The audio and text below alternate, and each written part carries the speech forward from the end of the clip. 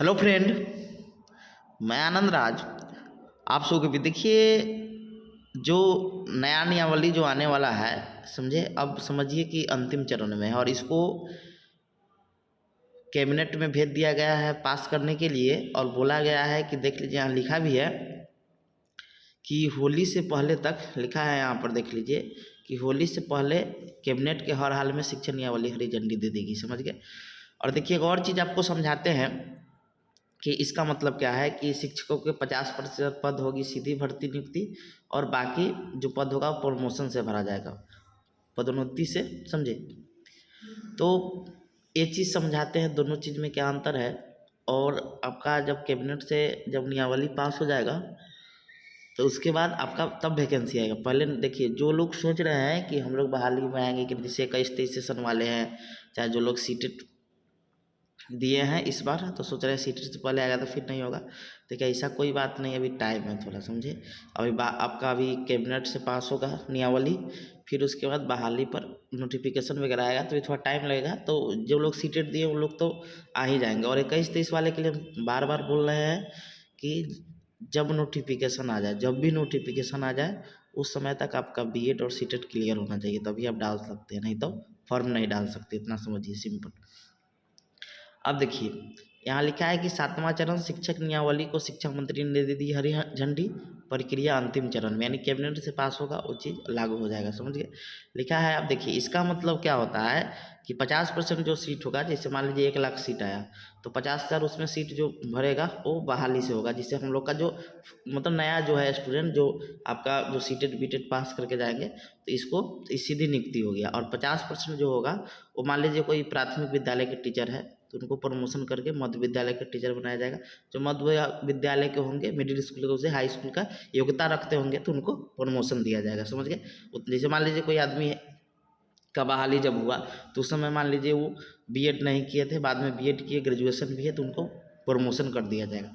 यानी 1 लाख सीट मान लीजिए होगा, 1 लाख, तो 1 लाख में आपका क्या होगा कि 50% जो सीट होगा वो आपका जो बहाली का प्रक्रिया जो है आपका सीटेट बीटेट वाला जो नया है उसके लिए, और 50% सीट प्रमोशन से भरा जाएगा। अब देखिए क्या लिखा है कि बिहार में सभी तरह के शिक्षकों की नियुक्ति के लिए एक ही प्रकार की नियमावली बनाई गई है।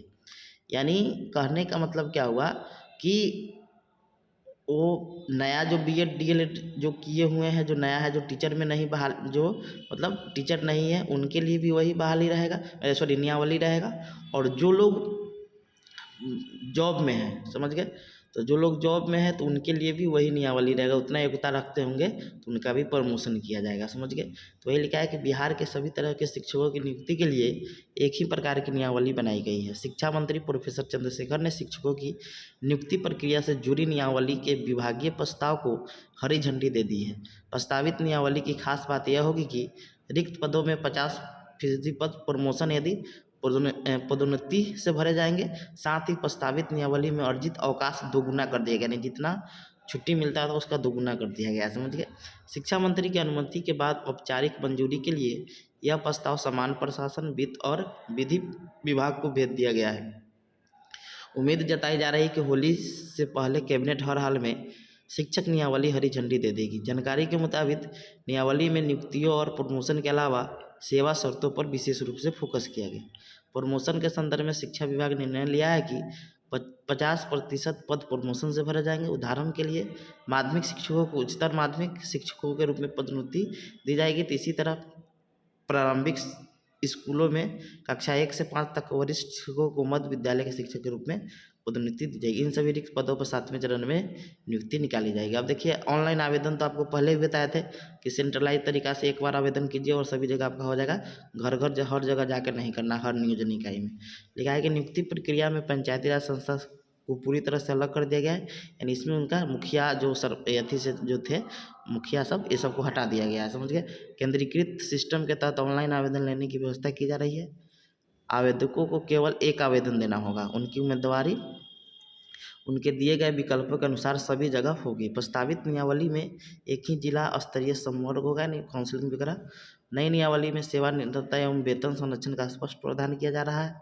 अब जिला स्तरीय नियोजन इकाई का अध्यक्ष राजपत्रित पदाधिकारी यानी राज्य द्वारा जो अथी होगा उसको मतलब बनाया जाएगा। इसमें मुखिया उखिया का कोई योगदान नहीं होगा, समझे।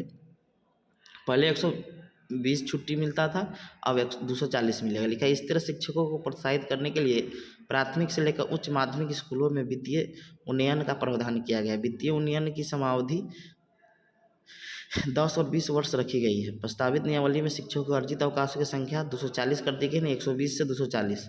रिटायरमेंट के बाद उसका भुगतान किया जाएगा, समझे। ये सब चीज़ है। तो अब देखिए एक और चीज़ आपको बताते हैं कि लास्ट अथी में चल रहा है नियमावली, जैसे वित्त विभाग वहाँ से सहमति देगा तो फिर राज्य मंत्रिमंडल में आएगा और वहाँ से वहाँ कैबिनेट में पास होने के बाद ये चीज़ आपका 7वां चरण समझिए कि आपका आ जाएगा। 7वां चरण आएगा क्योंकि चुनाव भी आने वाला है, तो देखिए जल्दी ही आना चाहिए, समझे।